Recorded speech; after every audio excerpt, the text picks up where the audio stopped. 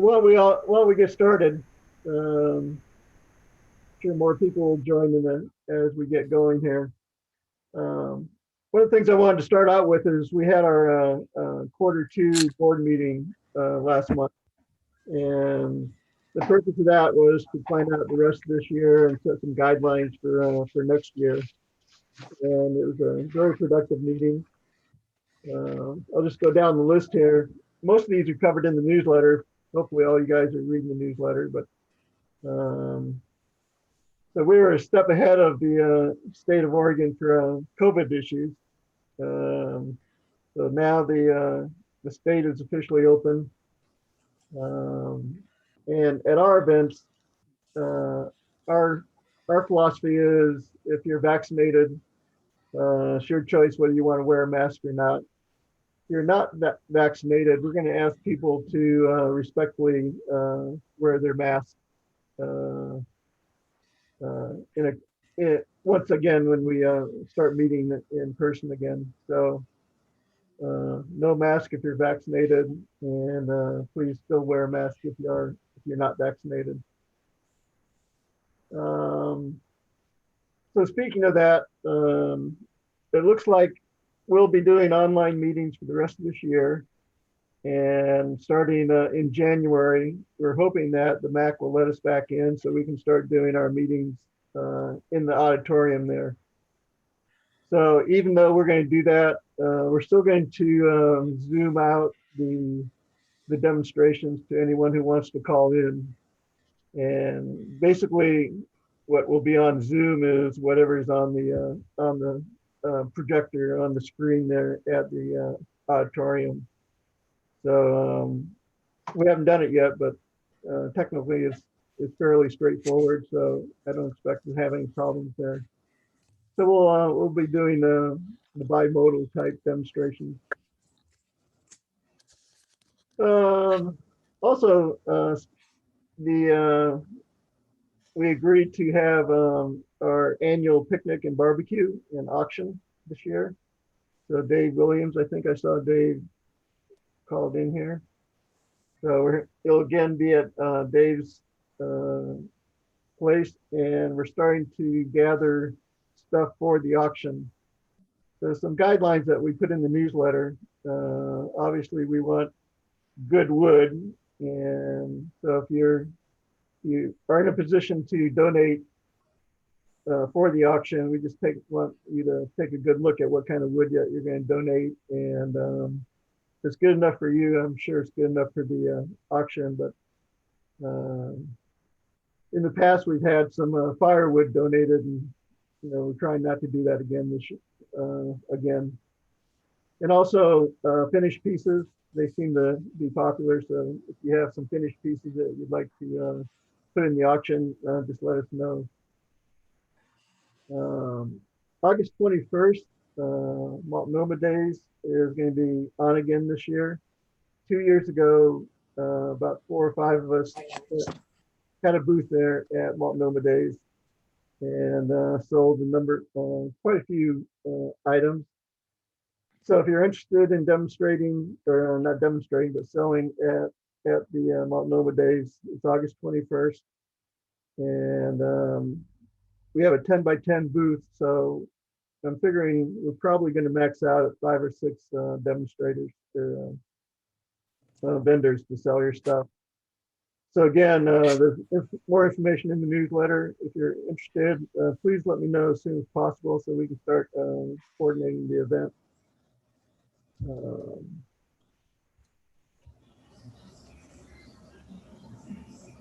Also, because of we had our second round of classes in May that went quite well. And Dave Wood, is Dave on? Let's see, Dave. I don't see him. So what we're looking for is some advanced turning classes. Got a number of good ideas, but we can't do them all at the same time. So we're going to start with following on the bowl basics class will be an intermediate bowl class. And that's going to be part of the sessions that we're going to do in fall. So we'll redo the basic classes, the bowl, the spindle, sharpening, and then we'll add an intermediate bowl class to that. And then next year we're looking at adding a intermediate spindle class, which could be something like a project class making boxes. So we're still thinking about that. And along the idea of classes, we're looking for people that would like to be participate in the classes as a helper, as a co-teacher, or we're just looking for people that can help with the instructions. So we have 2, 3 really good instructors, but don't want to rely on them doing all these classes. So again, we're looking for help there, and usually we start out with just being a helper at a class, and that's actually a lot of fun. And then from there, you can decide how much more involved you want to get in with the classes. So that was good. Let's see. That's about it. Roger, this is Dale. Could I have 1 minute? You bet. Hey, 3 things. It's in your newsletter. Bob Espin up in Toledo died in February during the ice storm from a stroke. And so his wife, it's in your newsletter. He had some good equipment. He's got some good wood. They're going to have a sale July 10th up at the Toledo house. I think the information's in your newsletter. He was just a wonderful, innovative wood turner, well known throughout the world. And so Teresa's just trying to get rid of all his equipment. You can look in the newsletter for that. Vince Nance, who was another longtime member here in Southeast Portland, is retiring from wood turning and is selling his stuff. And he's down in Southeast, down around 39th and Powell. So if you see some of that equipment, he's got real good prices on it. Both those people need to get rid of all this stuff. So and then Cascade we're going to go back to doing open shop at my place the last Saturday of August 28th. And so I'm starting to feel comfortable enough that we can go back to open shop. So anyway, thank you, Roger. Good. That's great. So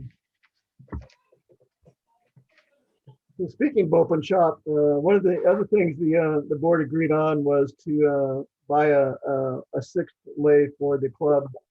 We've been borrowing the one of Mike Meredith's lathe, but now we've been to give that back to him. So now we'll have 6 lathes in the for open shop and for classes and stuff. So okay, John, you want to do a AAW update? I can. I just checked my notes, and I had a question on my notes about how long the replays are going to be available, but I did send out an email real quick, and I may have an answer. There was some discussion about whether it was going to be 1 week, 2 weeks, or 30 days. But anyway, the virtual symposium is coming up.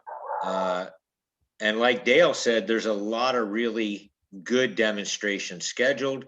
A couple of other things that are going to happen is we're going to leave an open discussion between demonstrations, so that kind of like an open chat room, kind of like if everybody left the demonstration and went out in the hallway. So definitely take a look at who's going to demonstrate and get yourself scheduled. And the replays will be available. I should hopefully have an answer pretty quick on what they decided on the duration. The other thing coming up in August is the election for the 2022 Board of Directors. The candidate list is on the website and a video. I encourage everybody to look and vote. Good. When Can does you send voting? us the link to the symposium again? What's that? Can you send us a link to the information on the symposium again? You can get it straight off the website. Straight off our website? No, Okay. AAW's website. Yeah. AAW, okay. Even if It's you're in the not a member? newsletter too. Yeah, even if you're not a member, it should be available. You just, I'm not sure if you can log. I saw it before I logged in, so it was there. Okay, great, thank you. I just did it. I just checked it. If you do a Google search of AAW 2021 symposium or virtual symposium, it comes right up to that site. And correct But me if- if I'm wrong, but you don't have to be a member to sign up for the symposium, do you? No, actually, It just costs you 20 bucks more if you're Yes. not. I think it's 20 bucks yes. more. If I can share screen, I can bring it up. So we certainly encourage everyone to join. It's you get a lot for your I money. was going to say that's a third of what you pay for your membership, and you get a lot for it. Yeah. I'm going to share my screen real quick.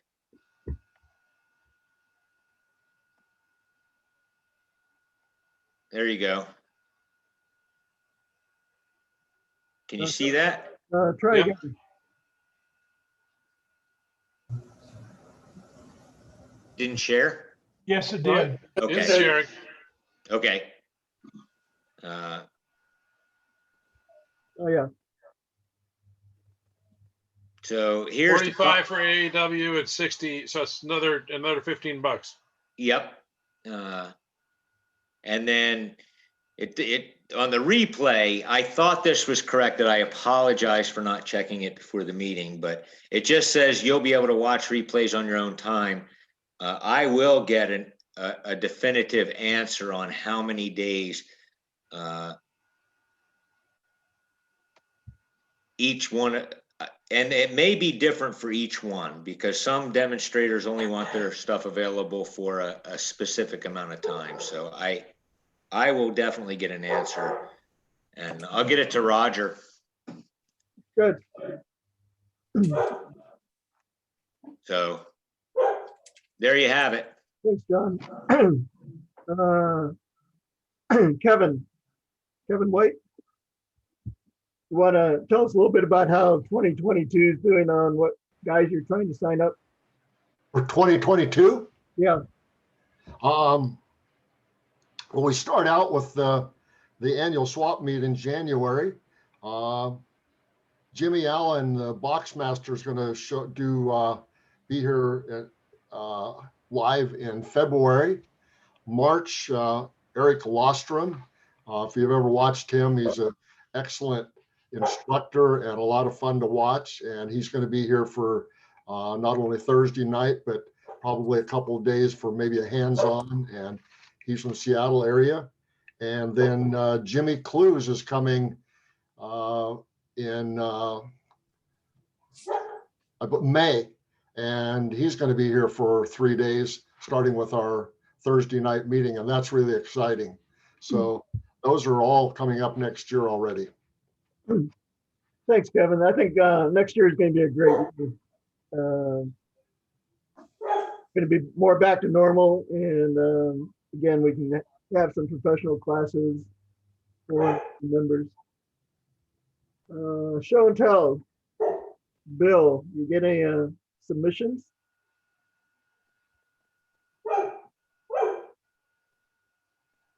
Bill?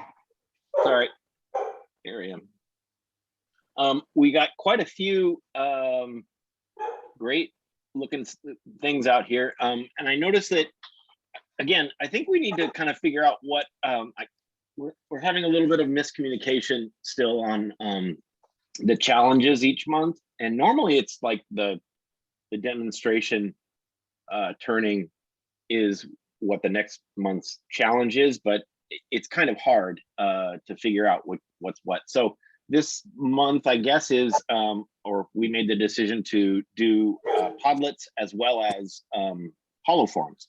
So we have both of those. And I will share my screen. I actually added Podlets at the last minute because I know Kevin Kevin actually made one. So I don't know if anyone else made one, but we want to see Kevin's Podlet.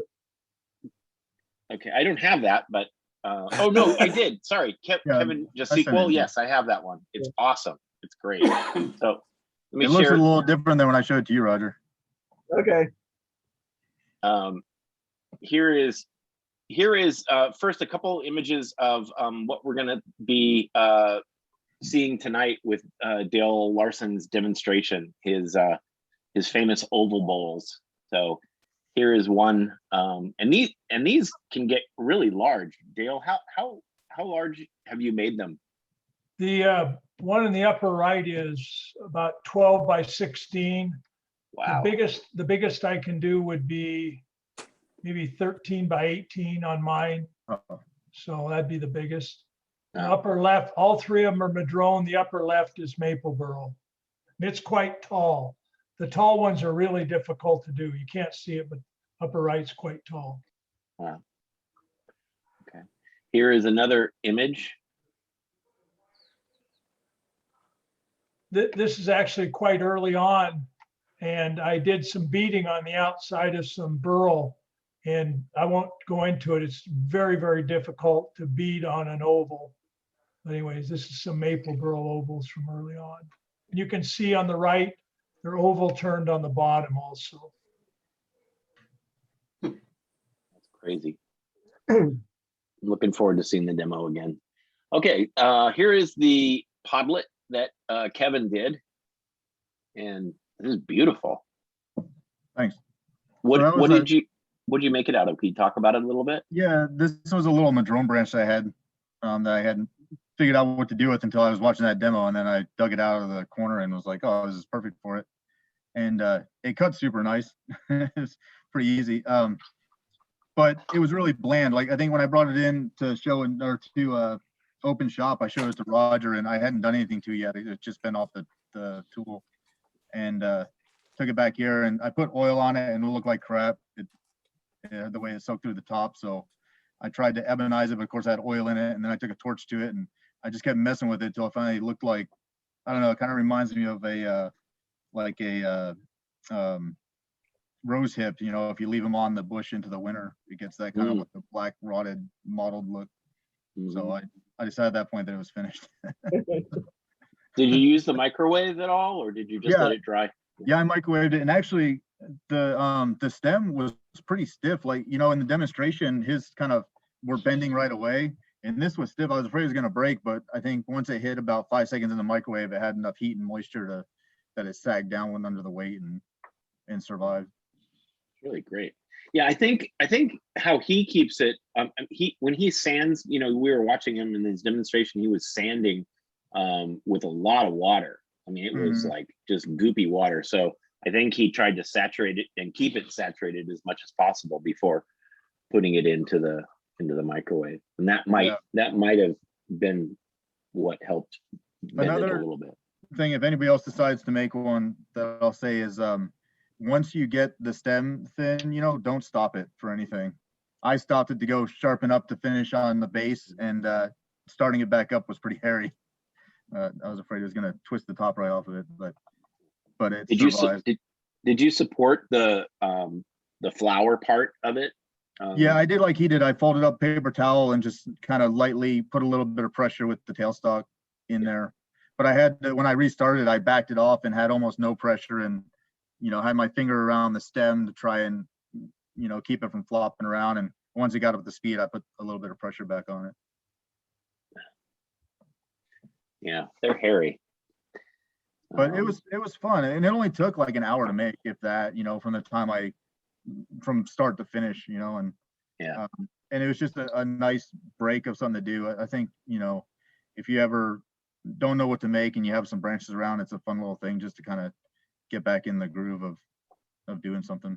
Yeah, I did one just before just before the meeting started, and you're right, it doesn't take that long to do, but it certainly helps kind of with your muscle control and your tool control, trying to get it as thin as you can, so you can see the light through it.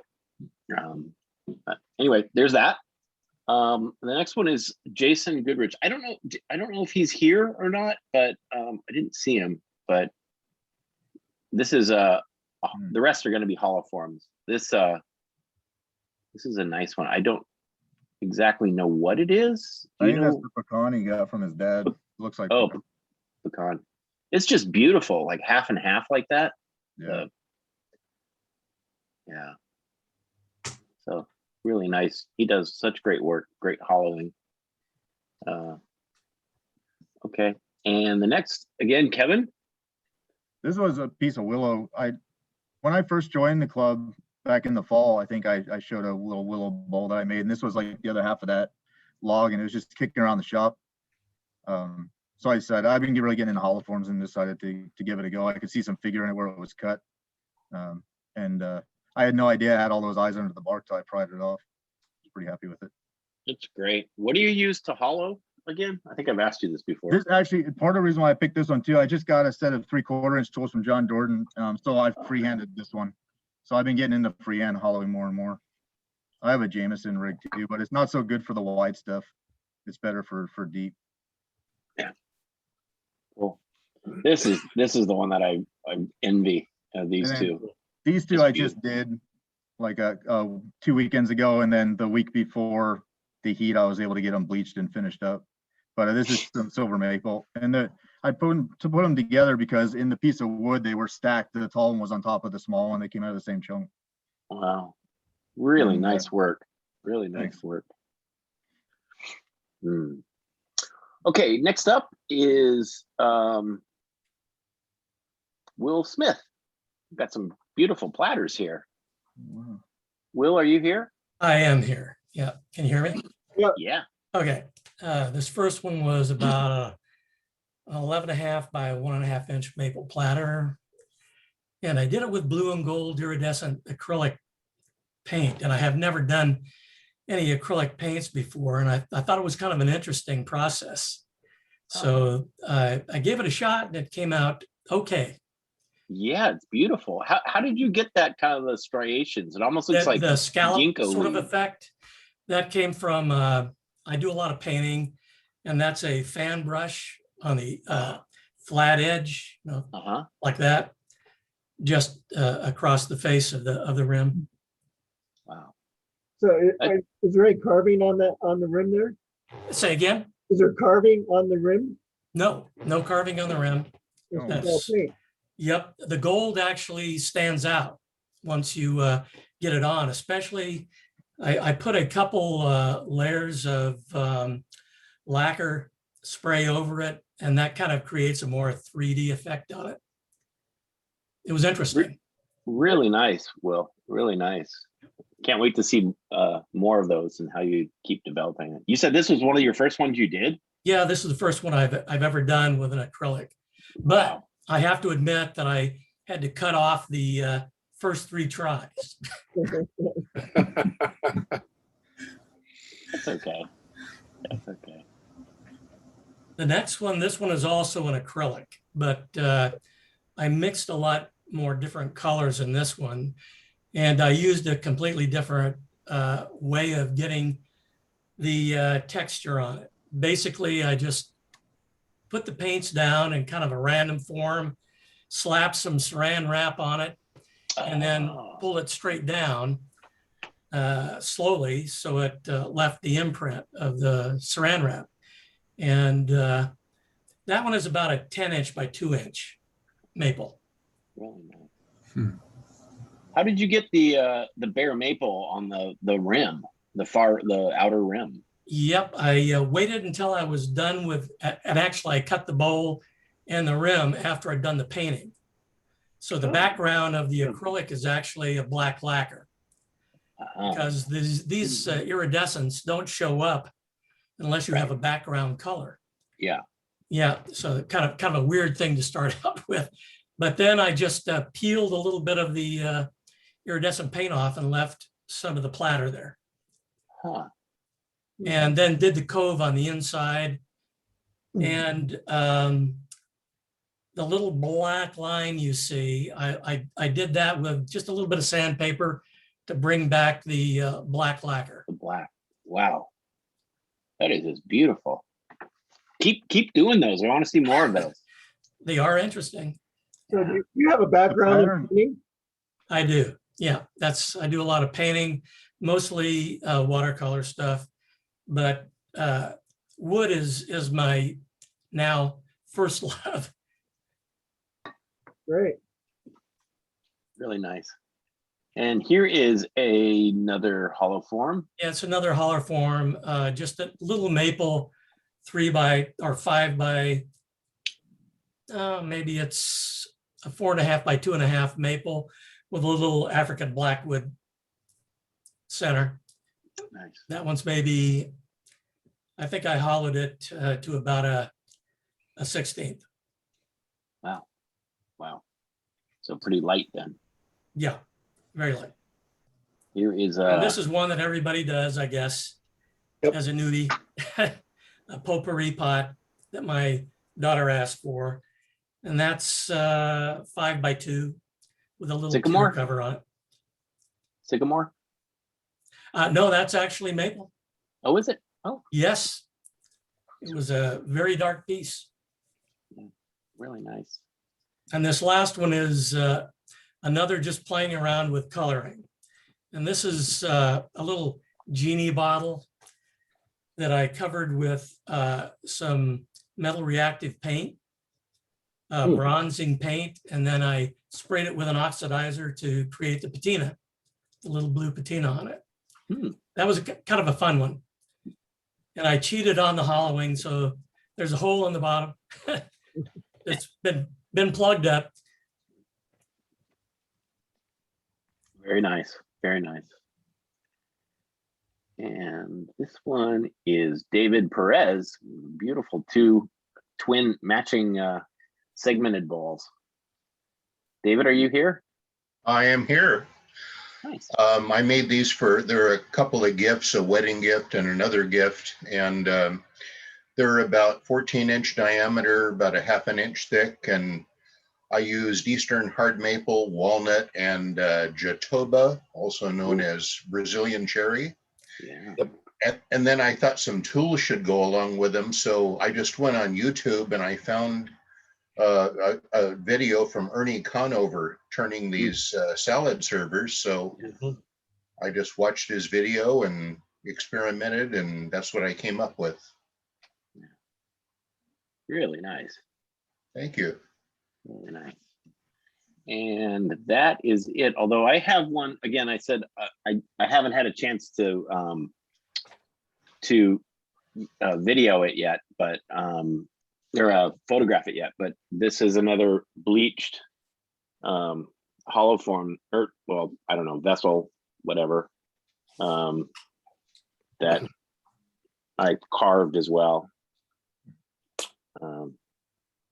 Looks like a big Really golf getting in. Pardon? Looks like a big golf ball. It is a big golf ball. You can hit it with a big driver. Looks like DeChambeau hit it. Already. And then here's a piece of maple, or sorry, not maple, cherry that I had some real big logs that Dale helped, or well, actually he did the chainsawing for me, processing it and then bandsawing it. And that's the inside of the cherry. I turned it once, so it is a little wonky.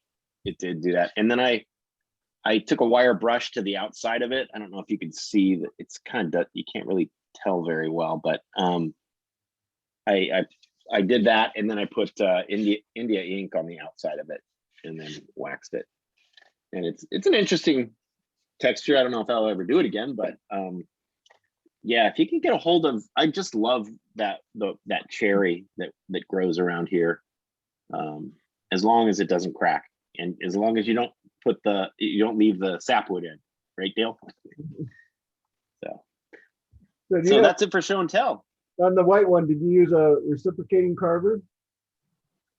This one, yes, I did, and then finished it up with hand chisels where it needed it. But yeah, I used my auto mock.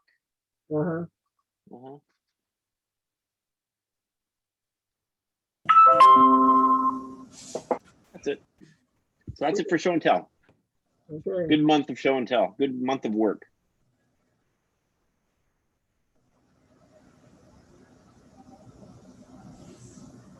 Okay, well, I think we're on to the demos. So the first one is Dale, and we actually shot this last summer. Let me find it here. One second.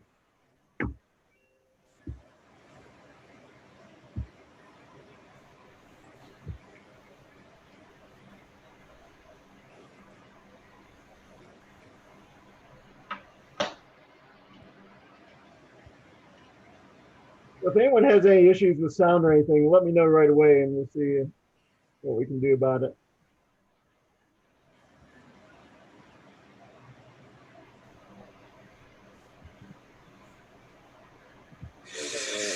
Here we go.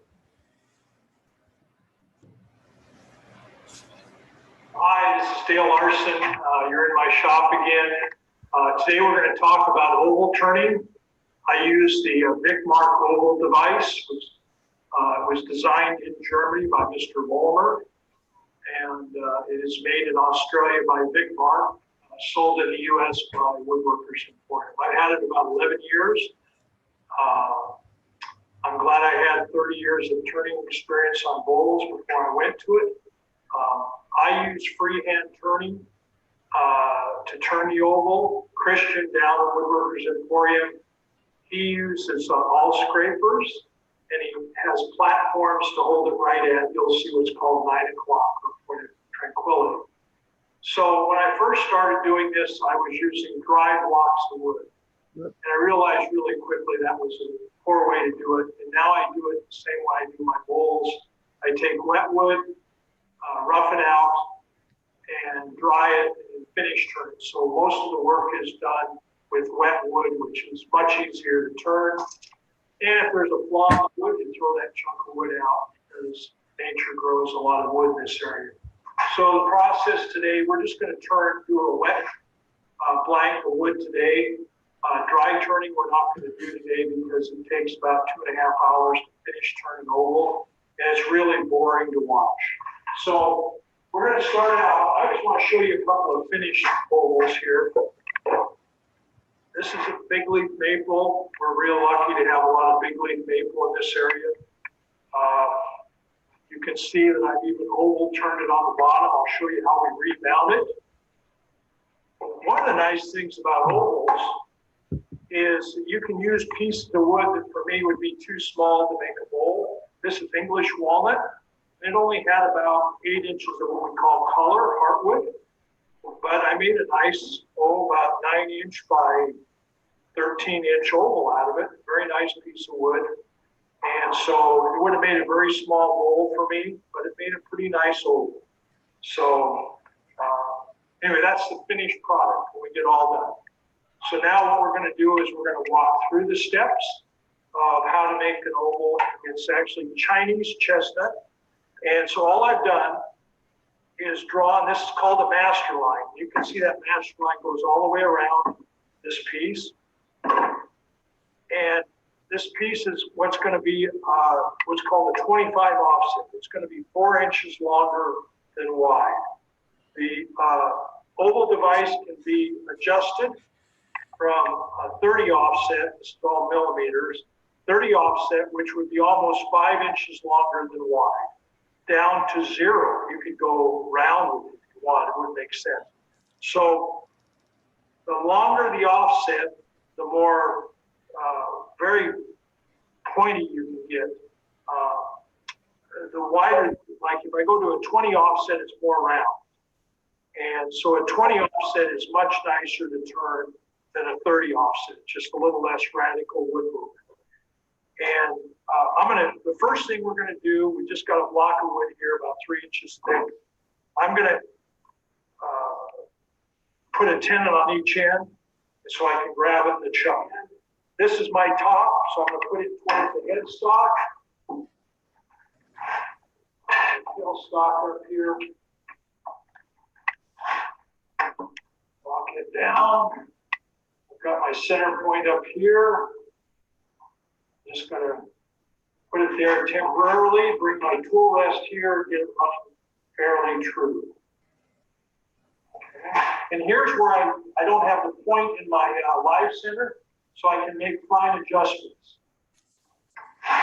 If you have that point in the live center, you can't make those fine adjustments. So where I start. So there we're pretty good.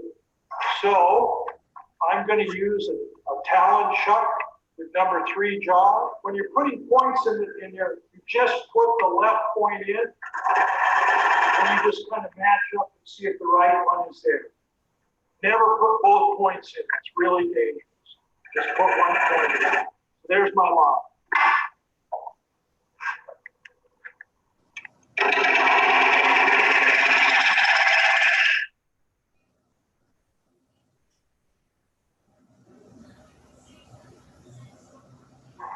Stop the lathe, move the tool rest up. You can see how much easier wet wood turns. Do as much work as you can wet. Just going to see if that's roughly flat. It's pretty good. I'm going to use my little less than 90 tool here to make this a square shoulder. My chuck has profile jaws on it, does not have dovetail jaws. So I want this shoulder to be square.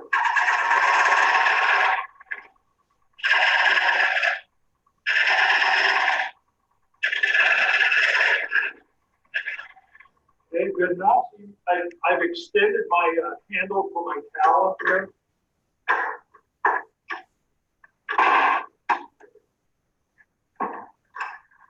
So that it clears the wood. I'm just going to put this in here kind of light. Bring my tailstock up. I always use the tailstock as much as I can. Gives me more support. Now I'll tighten the Talon up. All right, true up the top.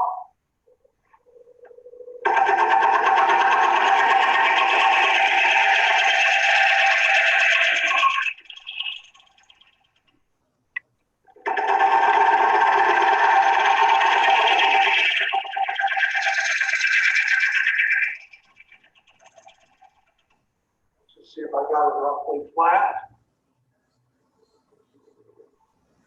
Now we're not quite down to true here. You could go straight in this way, then you're cutting straight into end grain. It's a little bit dull, more dull, makes your tool duller. That's not a particularly clean cut, but we don't care. It's not going to be a finished piece. Now we're going to put a center. Again, just touching the left point.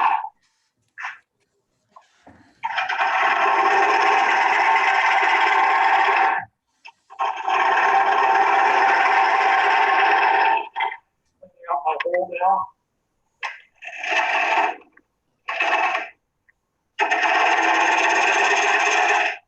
Yeah, I'm using profile jaws, so I have a square shoulder here.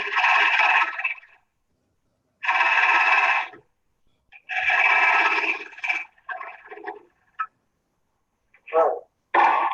Okay, on the top, I use a recess because I don't want to waste another 3/8 inches of my wood. And so it's simply a way to save wood. This is going to get turned out in the end. If I turned a tenon on here, I would lose another 3/8 inches of my wood. Now we're going to set up the chuck. Mobile device comes with removable points on both ends. I now have the 1¼ 8 threads on both ends of this. I also have M33.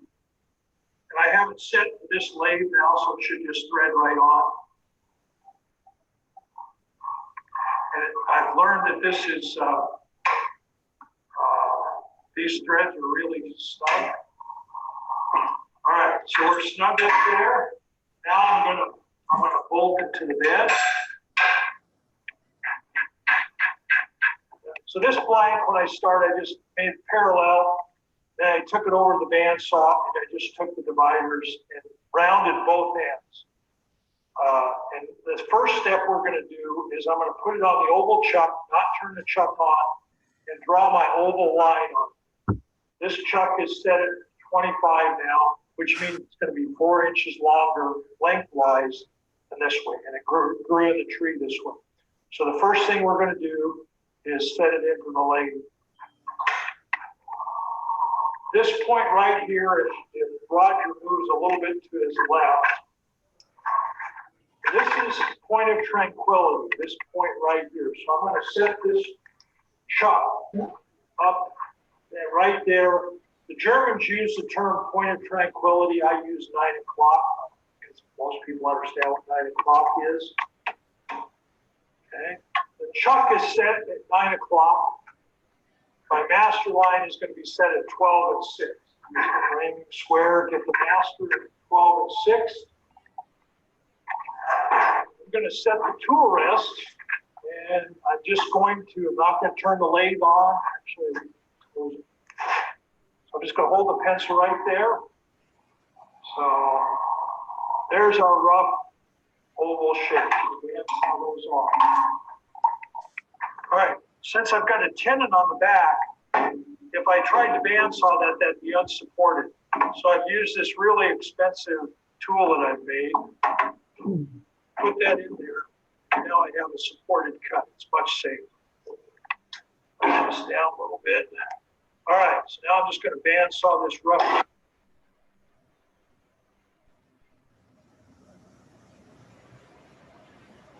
So now you can see we've got it roughly oval. It's just an easier starting point. That's all it is. I'll show you because it's a little bit hard to believe how this chuck works. So all I've done is mount a piece of scrap wood here. And again, you always want to make sure this clears. One of the things about oval turning is the further from center you are, the more normal the turning. The closer to center, the more radical the turning. And you're going to see that here in a minute. So I'm going to turn this on. I'm going to use a pencil and just show you the difference in turning as you get towards center. And there actually is no center on an oval. There is a center line, but there's no center. So out here, I'm just going to do a series of lines.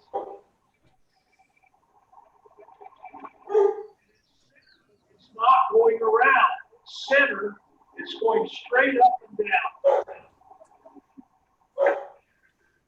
So there, right at center, it's not going around. The wood is going straight up and down. So you can see if I went further out, the further out I get, the more normal, the more round the turning. When you get towards center, this wood is going almost straight up and down. And so this point to that point will be right at about 4 inches because we're set at 25 offset. And so there is no center point, there is a center line.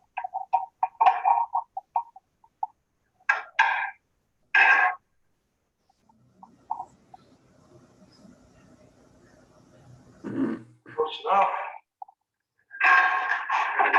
Now I'm going to have to lower my tool rest a little bit because I want to cut right at 9 o'clock. 9 o'clock is right about where my finger is. And I'm going to go over to the chalkboard and show you why you can see 9 o'clock. When this piece of wood is on the lathe, it's being manipulated. So we're going to say this is 9 o'clock, like on a clock. Right here is 9 o'clock. Right here, the wood is smooth, or will be once I get it turned. It's just bandsaw around. But as it manipulates this oval, it's manipulating it in this way, and it's manipulating it in this way, and actually it just keeps manipulating it. But right here, there's an X. You can see an X in the shadow. I think we'll be able to see that when I go to the next step.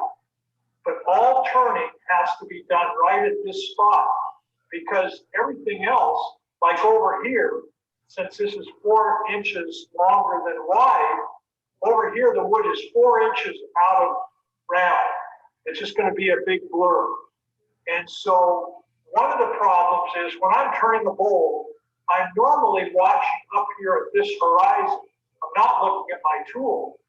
Here on oval turning, I have to look at my tool point because up here it's just a big blur. You can't see your profile up here. You can only see the profile right here. Right now, this is pretty normal turning on the outside. So So it's pretty normal here. You can see over here we're 4 inches on round on this side over here. So,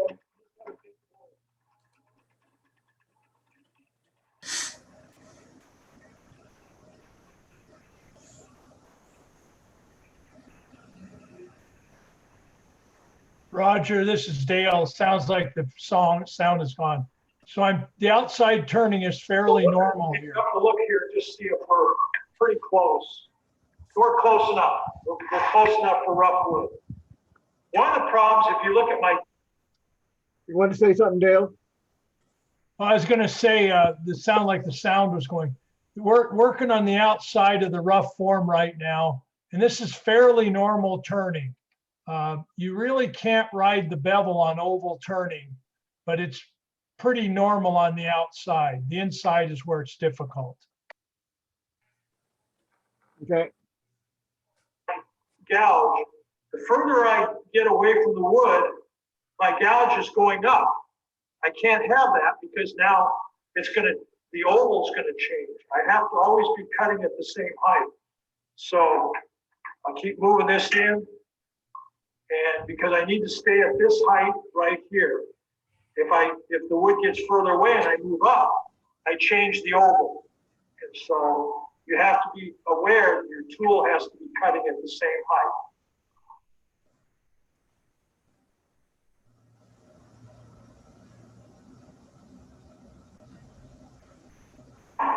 The outside is pretty normal turning. Don't really do too much different than I would on the bowl. I'm just looking to make sure, it looks like we're good. We're good on our shape. Move my tool rest back up close again. Make up, see it didn't clear. Don't do that, Dale. Spend your life doing this.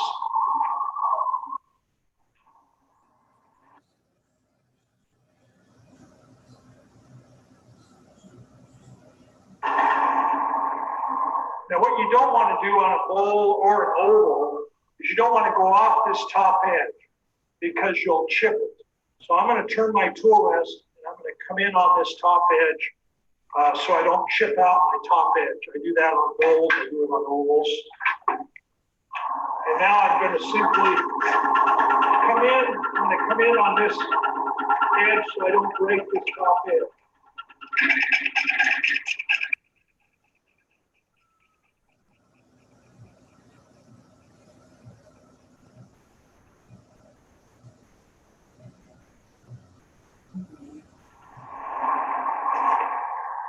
All right, almost. That's probably okay because this is with the grain. We're not quite round right there. And we're not quite round here. We'll take one more cut.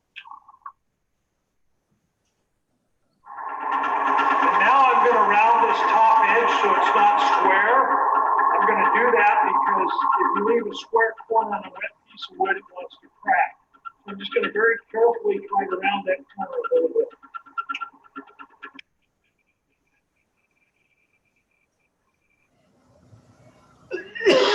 It's not square. Square corner wants to dry out and crack.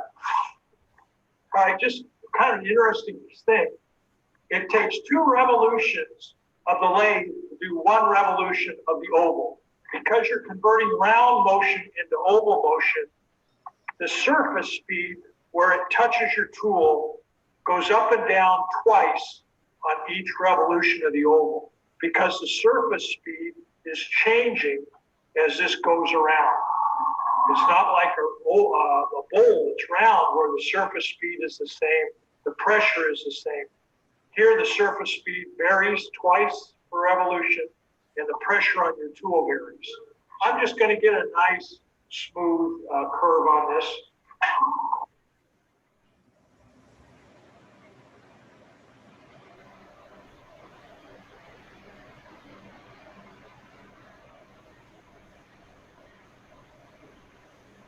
Looked up to see if I could see the profile just out of habit. You can't see the profile there. You have to stop and look and see if you have the profile. And I'm going to take just a little bit more off. All right, we're done with the outside. So that's the easy part of the oval. Here is an oval I roughed out a year ago, 2 years ago. And you can see I've left a big tenon in here. That's so that when I put this back on the lathe, I can grab it like that, and I can do the outside. So I'm going to take this over to the round lathe and take out all the wood I can on the round lathe, and then come back and do the finish roughing out on the chuck. This is my custom built bowl lathe, and so I do all my finish turning. All my bowls and platters are finish turned on this lathe. So I'm just going to take out as much wood as I can round. It's just easier. If the camera can see, there's the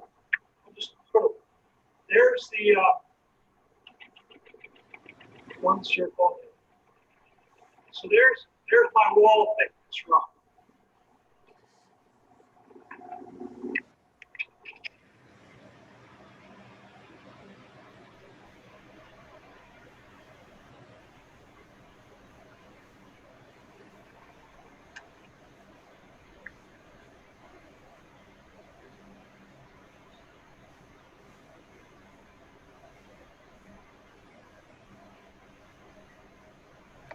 So you can see here, I'm leaving that tenon on the inside. I have to turn that on the round lathe. That'll be used when I go to finish turn this when this piece is dry. I need to check and get my wall thickness right. So we got, 1.5 inches wood, that's too much. So we're gonna take a little bit more out.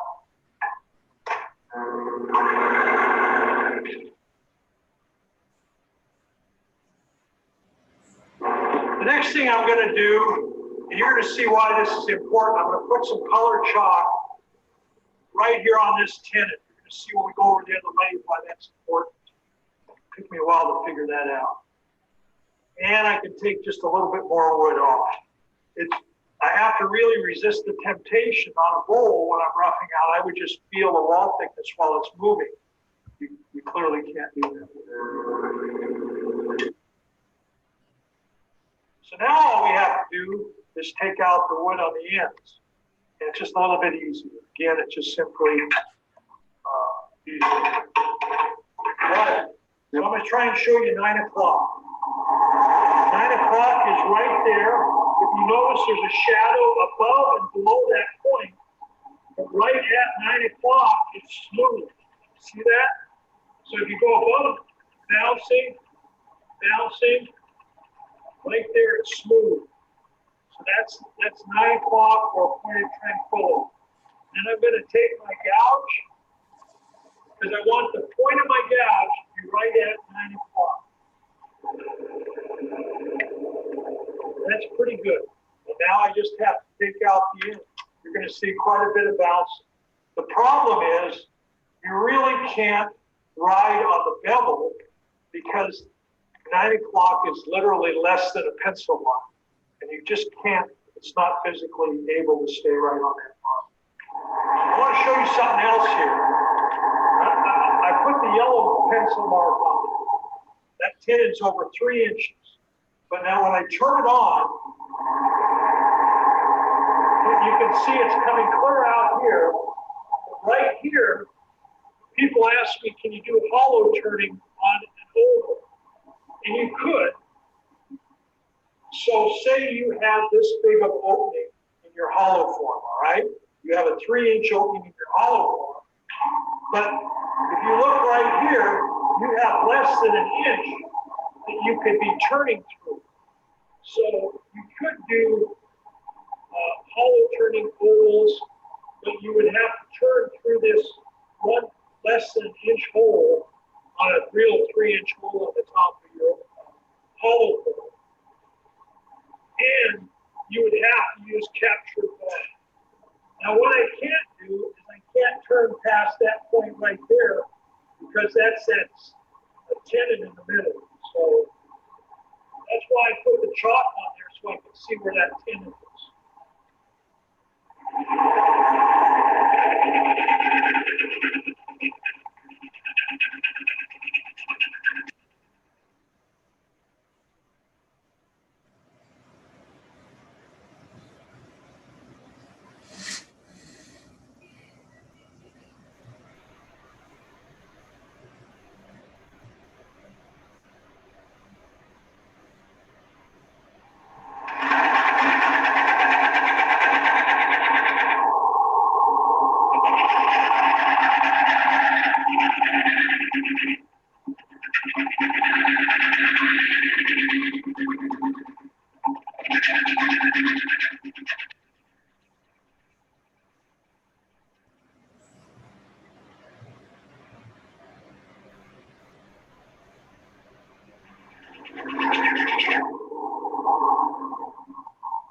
real exciting to watch.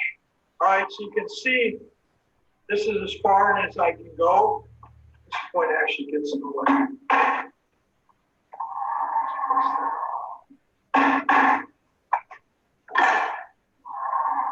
And my wall thickness, I'm not quite down to, I want to call it round.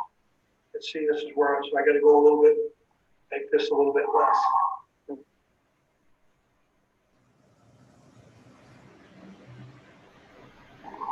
What I'm doing here is backing up the bevel so that's hitting the tenon.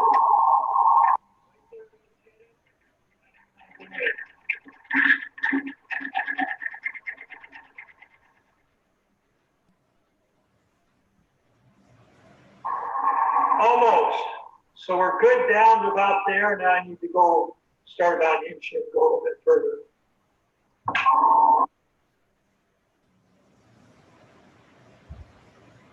I think we're about done with the roughing out. Yep. Good enough. All right. So then I'm just gonna talk briefly through the drawing process.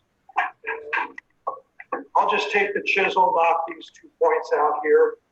I'll date it, wax the end grain, and in about a year I can go ahead and finish turning. So I'll grab my dry bulb light.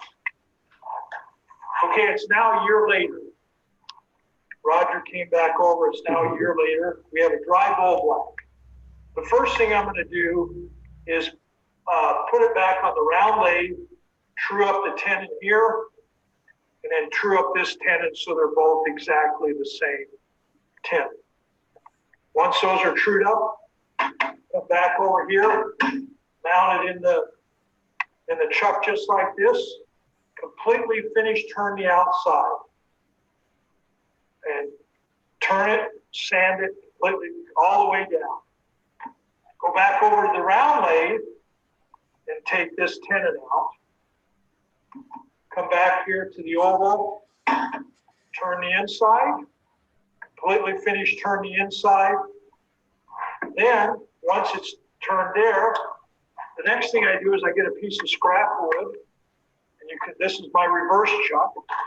Everything will be done now except the bottom. And I put the scrap piece of wood on the chuck. I turn a groove in the scrap wood that exactly matches the oval. Then I use 6 of these ears around the outside to hold it in that groove. And I turn the bottom oval. And I've always put at least 1, maybe 2 lines at the bottom just to show that it's actually turned, but there's a slight concave here. And when I finish the first ones, my sister says, "Where's your butt?" Because I always put a butt in the bottom of my ovals. And I had to think about that. So when I get done with the oval, I just go back over to the round lathe and put a little button at the bottom on the round lathe. Take the dog ears off, and the oval's done.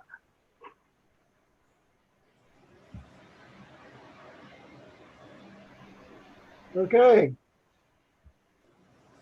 Let's stop that for a second. This is Dale again. Just 2 things. One, sorry about the sound issues. I know there's an issue, and we'll try to do better in the future. And I don't know if you noticed on the inside, I had almost a death grip on the tools. They're really white knuckled. It really bounces hard. And if I hadn't had 30 years of bowl turning, I don't think I could have turned the ovals.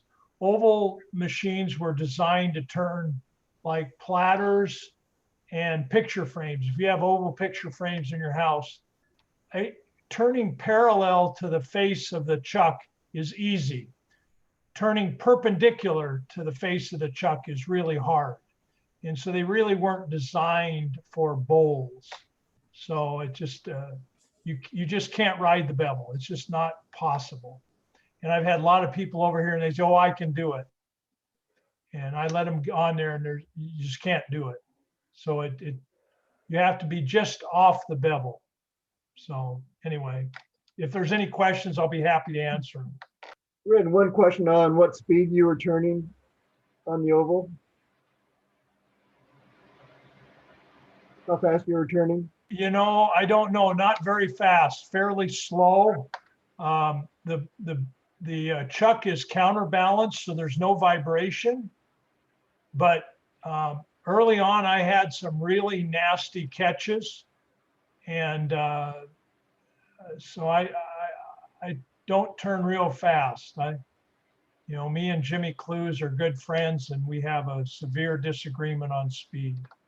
Can you tell us a little bit about the oval chuck, the whole jig? Yeah, Mr. Volmer, who died a couple years ago, is from Germany. It's Volmer, I think it is, Volmer. If you put Volmer oval device into Google, I think you'll find, I don't know if his website is still active, but you'll see some good clips on how the oval chuck works and stuff. So again, designed in Germany, made in Australia by Vicmark. And I assume it's still being sold. I think Christian has sold or is in the process of selling Woodworkers Emporium down in Las Vegas. But that's where I got it. And I finish turn about, maybe 15 ovals a year. You know, if I think about it, I'll finish turn this oval that I roughed out in this demo. I'll try to get it for the auction in early August. So you guys can bid on the piece you saw turned. That'd be cool. You guys have any other questions? I don't know that we'll have the monthly challenge be an oval bowl next month, but if anyone does an oval bowl, let us know.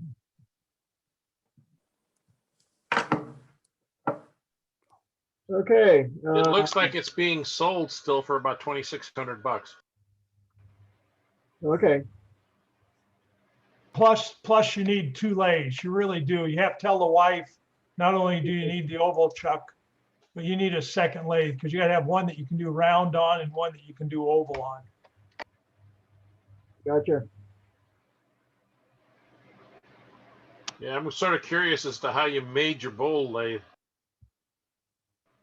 My bowl lathe is a Denver Ulrey up in Seattle back in the late 80s. He designed it. It was the first of the variable speed lathes that actually really worked. He figured out the electronics. He was very smart. And he sold the parts and you built the box. The box is just a trapezoidal plywood box filled with 700 pounds of sand. Then you bolt the parts onto it. But for finished bowl turning, it's the perfect lathe. Absolutely. There's nothing else on the market that's as good as it is for turning bowls.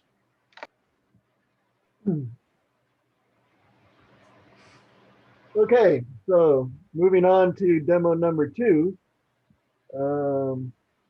As I said in the newsletter, this is the way Jimmy Clues does his coloring of figured wood. And so I've got this without the Jimmy Clues strokes. So get up here.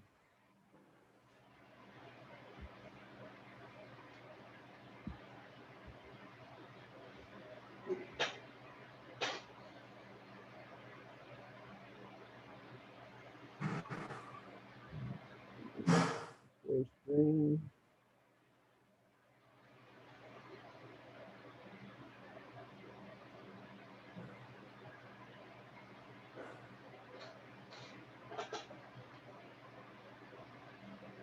You guys seeing that?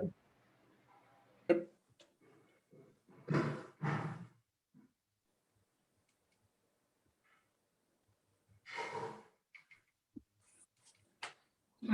way we're going to look at dies today is on figured wood. And if you're doing things like a box, the top of a box for an accent piece using figured wood, and you want to really show off the figure and add color to your piece, that's what this video is going to be all about. Model. The 3 colors we're going to use today are black, red, and yellow.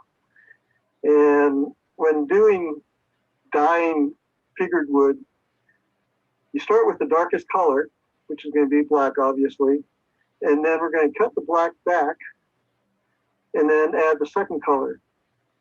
The dyes will go into the wood depending on the figure, whether you're getting end grain or not. And that's the effects that we want to pull out by using this technique of successive colors going from the darkest to the lightest. And for application, I'm just using paper towel.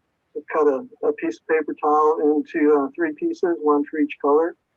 And now we're going to go ahead and apply the first color, which is black.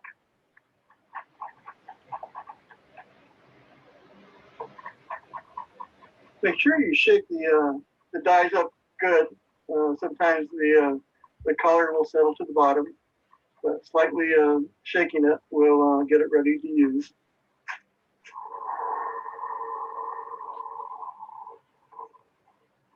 So we're running the lathe as relatively slow speed. This is probably around 200 to 300. We're applying the black. Get a good coat of black there.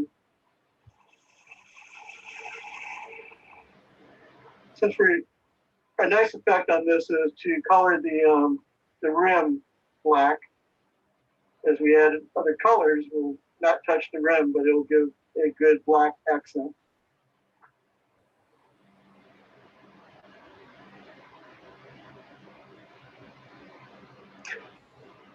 Being an alcohol base, the dye will dry almost immediately.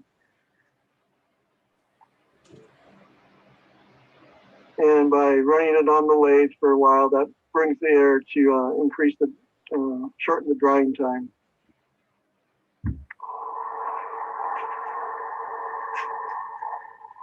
Next, we're going to keep the lathe running fairly slow.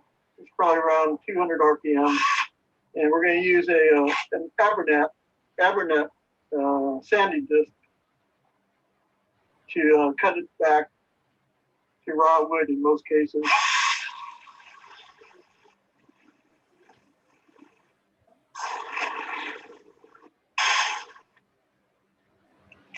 The reason I use Abernet is it'll gum up pretty quickly, so we can take it off and use an air compressor to clean it up.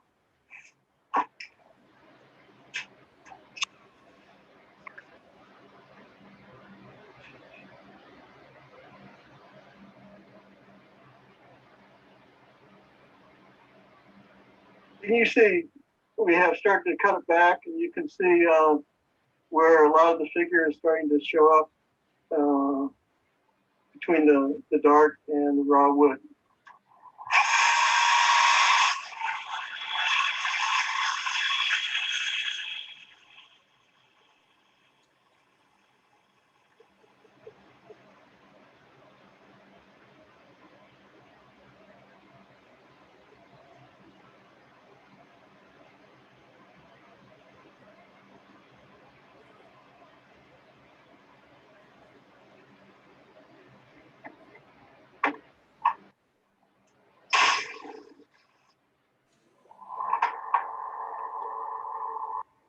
Again, you can start to see more of the figure. We want to sand a little bit more of this black off.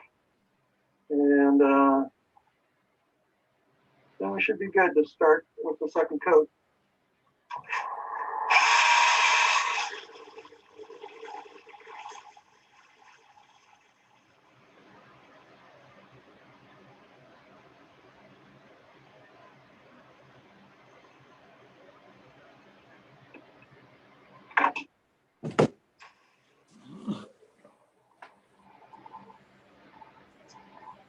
Normally I'd be running by a dust extraction system, but for the video we're keeping the noise down.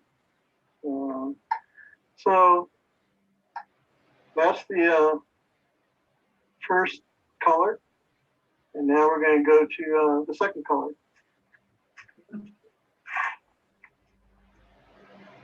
I might mention I was using 120 grit for cutting the black back on the sanding there. So now we're going to apply the red.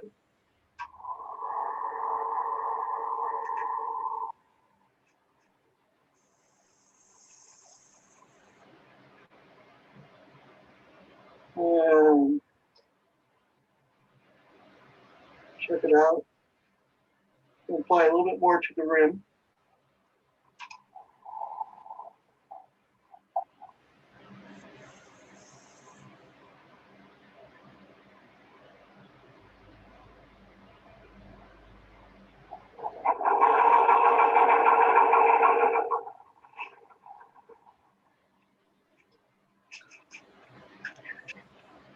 Now you can start to see the color, the black and the red. Again, using the same 120 grit Avernet disc and running probably around 200, 300 RPM.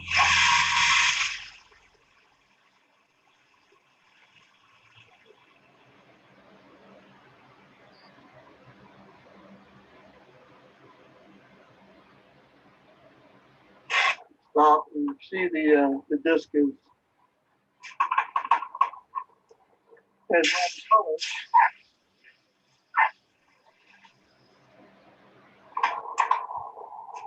And you can just blow that off, which is why I use Avernet versus a regular sanding disc, but they will work okay too. You just have to replace them more.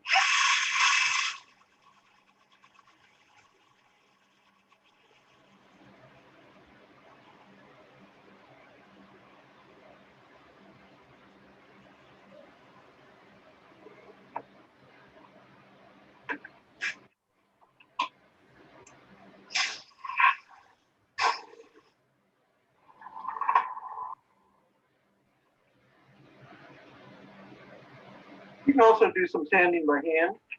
This is just a little convenient holder for these 2-inch discs. Again, I'm using Avernet.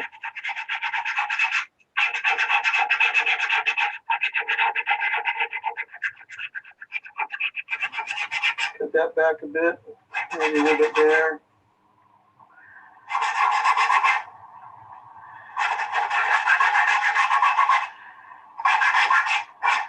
I'm trying to make it look as random as you can. And now we're ready for the third color.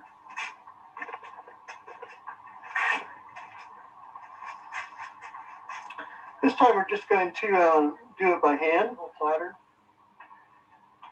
In this case, I may add a fourth color, but just sort of stipple it in by hand in certain places around the platter. So there we have the third color. Turn the lathe on to speed up the drying.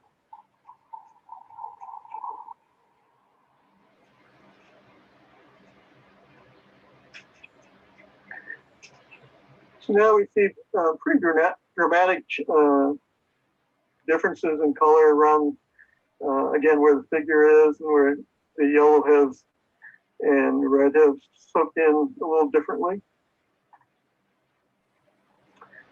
At this stage, often it looks doesn't look too impressive, but when you add the finish to it, in this case, we're going to use a spray lacquer. Then everything will just really pop out.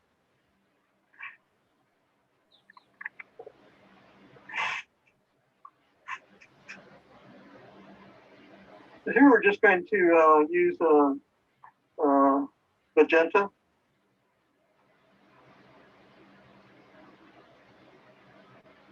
And I'm just going to sort of splot it in here.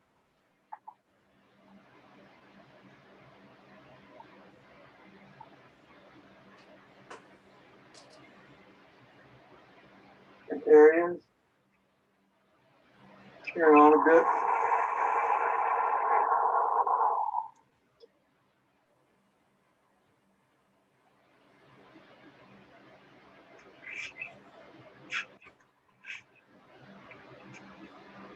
Another trick you can use is, since it's alcohol based, we can use a little denatured alcohol.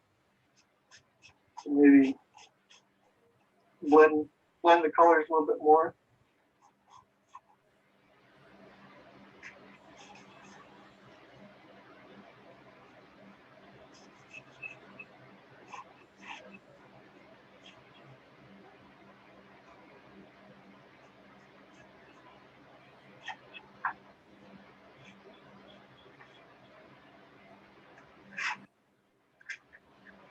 And I don't know, I'm not sure I like that as much as I'd hoped for. We're going to put a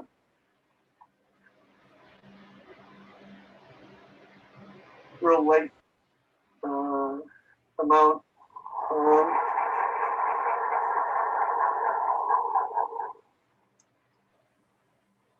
Make that blend a little bit more.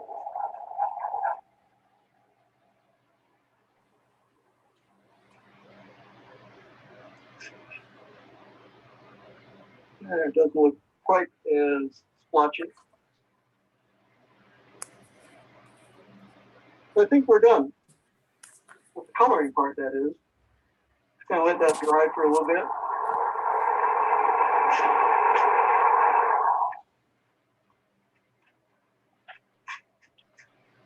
So for a finish, I'm going to use this Def Clear Wood Finish Gloss. It's a lacquer. You want to shake it up best you can. Usually shake it for 1 to 2 minutes minimum. And I've got this convenient little handle to make it easy to spray.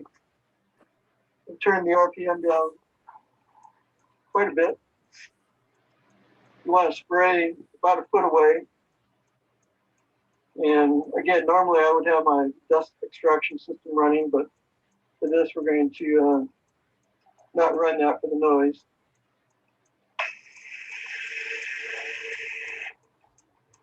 And you want to put a number of light coats on rather than one heavy coat.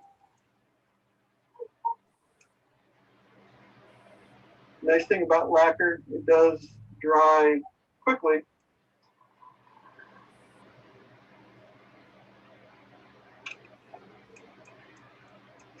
Put the second coat on.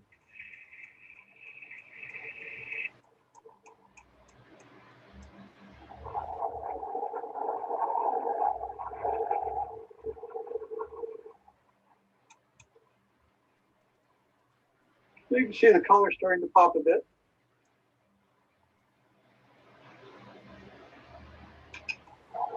Go for the third coat.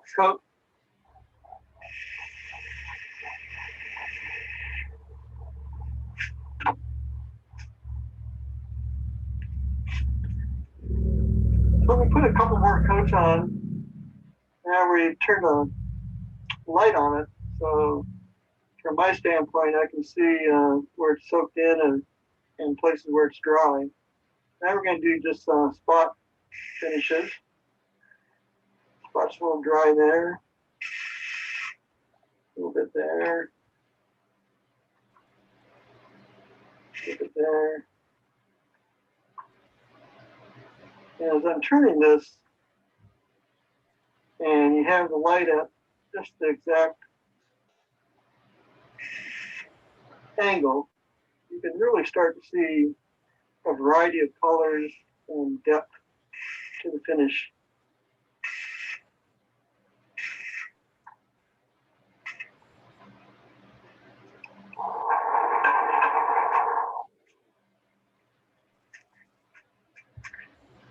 So I've zoomed in a bit, and we're going to turn this slowly by hand and see if the camera picks up the colors that I'm seeing.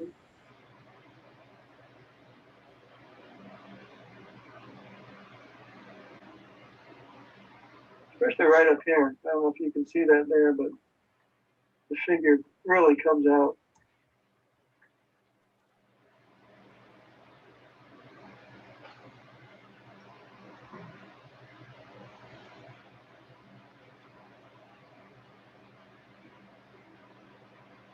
Okay, that's it, guys. Any questions on using dyes? You're muted, Phil. You're muted. You're still muted. Where do you get that dye at? I just got that from Craft Supplies. Okay. Do you sand between coats of lacquer? I do not.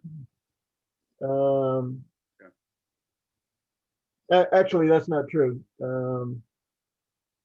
With sometimes I'll use 600 or 1,000 grit, the foam sandpaper that we sell at the store, and I do it with a little bit of water if it needs it. Usually it's pretty dusty, so there's little dust mites that get in when you're doing the lacquer. So if that's the problem, then I do real fine sandpaper. Does heating your lacquer a little bit help as well? What I do is I put it in a pan of a little bucket of hot water Yeah, before I use it, and so it's, I don't know what it is, but it's quite warm. yeah. Thank you. Anything else, guys?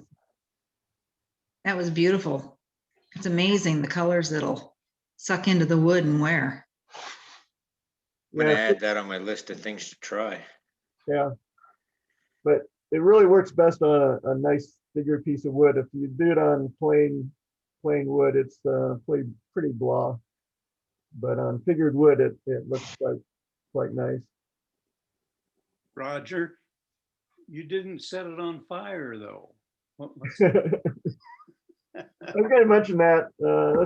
That's a big part of Jimmy Clues's demo. He like puts his big lighter up there and lights it.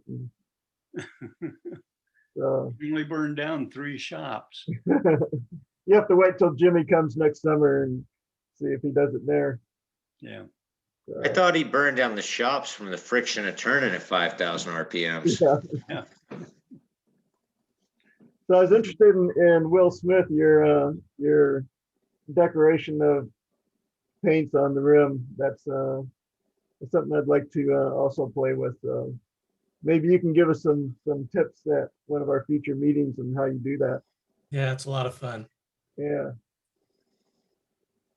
Yeah, that'd be a great demo. Yeah, it would be.